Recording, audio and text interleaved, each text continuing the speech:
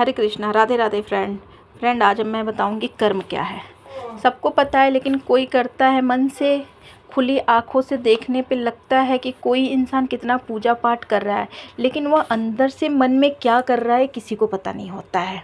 कि हाँ, वो अंदर मन में क्या सोच रहा है, कैसे भगवान की पूजा कर रहा है, ये किसी को पता नहीं होता है। खुली आंखों से ऐसे लगता है कि हाँ, हम वो दोनों टाइम मंदिर जाता है, मैं तो एक टाइम भी नहीं जाती हूँ। लेकिन वो मंदिर जाके भी किस भावना से पूजा पाठ कर रहा है ये किसी को पता नहीं होता है।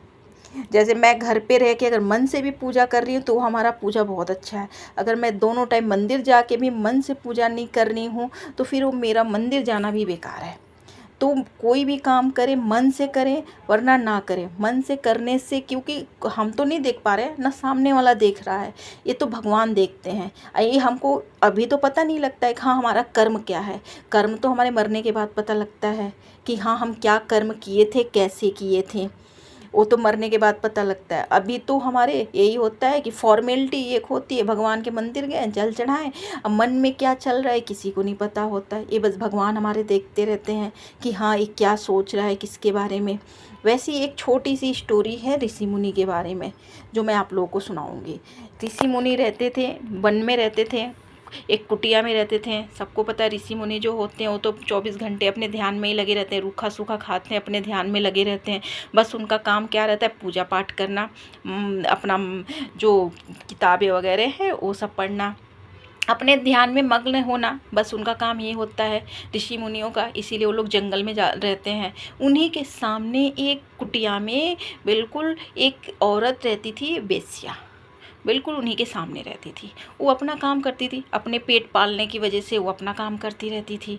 और उनके सामने वो ऋषि मुनि अपने ध्यान में मग्न होते थे, अपना काम करते रहते हैं, अपनी पूजा पाठ में लगे रहते थे।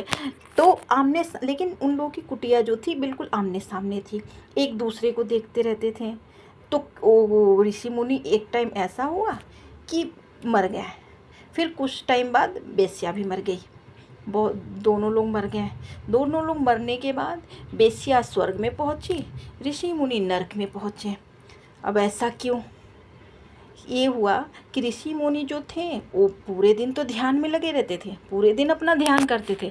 अब बेश्या अपना काम करती थी, लेकिन बेश्या मन ही मन ये सोचती रहती थी कि बताओ, ऋषि मुनि जो हैं, महात्मा जो हैं, इनका कितना अच्छा जन्म है, कितना अच्छा काम करते हैं, 24 घंटे भगवान का नाम लेते रहते हैं, इनको कितनी अच्छी मुक्ति मिलेगी, इन भगवान के पास पहुँचेंगे।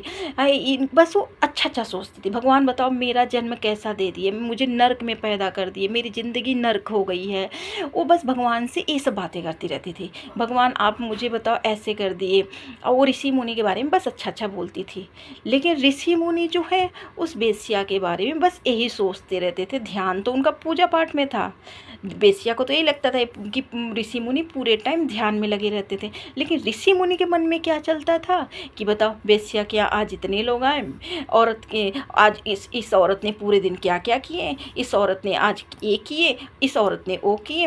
वो बस ऋषि मुनि उस औरत के बारे में सोचते रहते थे 24 घंटे। बस उनका ध्यान उसकी ये में रहता था कि वो क्या करती है, कैसे करती है, पूरे दिन कौन आता है, कौन जाता है।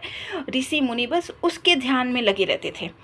ध्यान में तो उनका पूजा पाठ ऐसे था, लेकिन मन में उनके जो था सोचते उस औरत के बारे में थे। उस औरत के बारे में सोचते सोचते उनका पूरा जो कर्म था, कर्म कह सकते हो, जो उनका ध्यान था वो बट गया। आँखों के सामने तो लगता था कि हम माला जाप कर रहे हैं, लेकिन वो ज़्यादातर उस औरत के बारे में सोचते थे। इसलिए जो महात्मा थे, जो ऋषि मुनि थे, उनको नर्क मिला, वो नर्क में पहुंच गए। और जो औरत थी वो स्वर्ग में पहुंच गई। बेश्या औरत स्वर्ग में पहुंच गई क्योंकि वो भगवान के बारे में सोचती थी और सच्चे मन से सोचती थी। और ऋषि मुनि महात्मा होके बस गंदे सोच रखते थे। हरे कृष्णा, राधे राधे।